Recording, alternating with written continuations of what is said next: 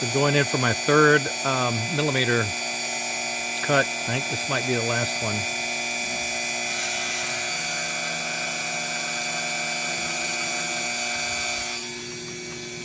That's what we're set up for. Might be one more. See how the two axes are working in coordination, and you'll see the y-axis will slow down and start going the other way, and now the z-axis is going to slow down and start going the other way, and the y-axis is going full speed. See, the z-axis is now changing direction.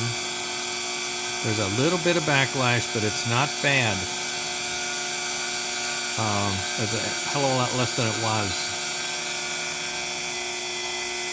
There we are. And then the z-axis is raising up the Dremel cutter. Well, this is coming down for another one.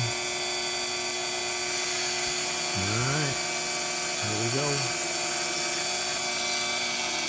Going deep. And it looks like a pretty round circle. That's what it's supposed to be. I'll measure it when I get out. It doesn't have the lump in it that it used to. You know, like this almost squared corners because of the backlash problem.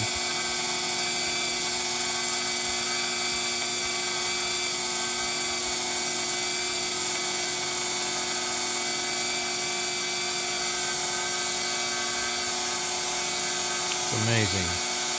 G code in a Uno.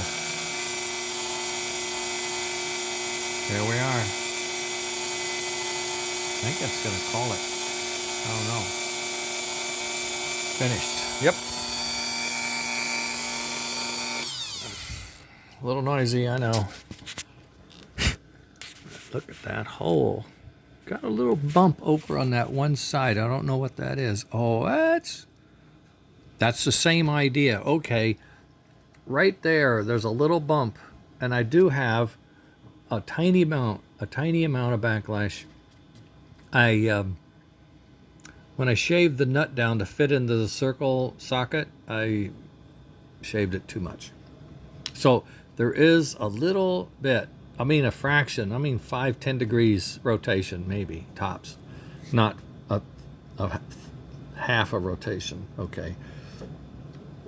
Almost 180 rotation of the coupler backlash in the last one. But there is some, and I'm guessing that's what that is.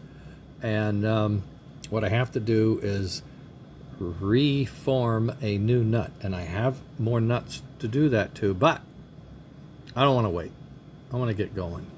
So I'm going to take this out, look at it again, flip it over, and I'm probably going to make the exact rectangle cut that I want to make with the setups that I have and all that. And I'm going to do that because I want to cut up a train. I want to do it. So let's see what happens. I'll get back to you.